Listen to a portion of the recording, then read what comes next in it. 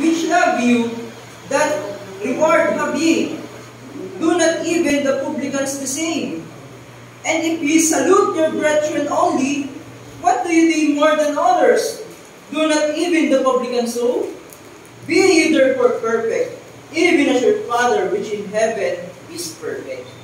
So mga kapatid, ang sinasabi dito sa verse 45 ng Matthew chapter 5, ay chapter 46, 47, 48, na if you love them which other love you, that reward of you, do not even the publicans the same.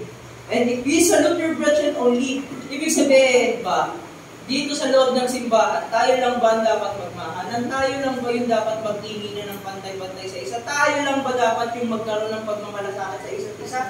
No! Kahit wala dito sa loob ng ating simbahan, kahit hindi natin kapananampalataya, di ba dapat gagawa natin ang kabutihan? Amen.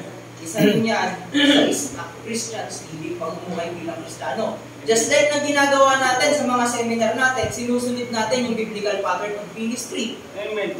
Not only also preaching the gospel, also healing the sick, okay, casting out evil spirit, feeding the poor.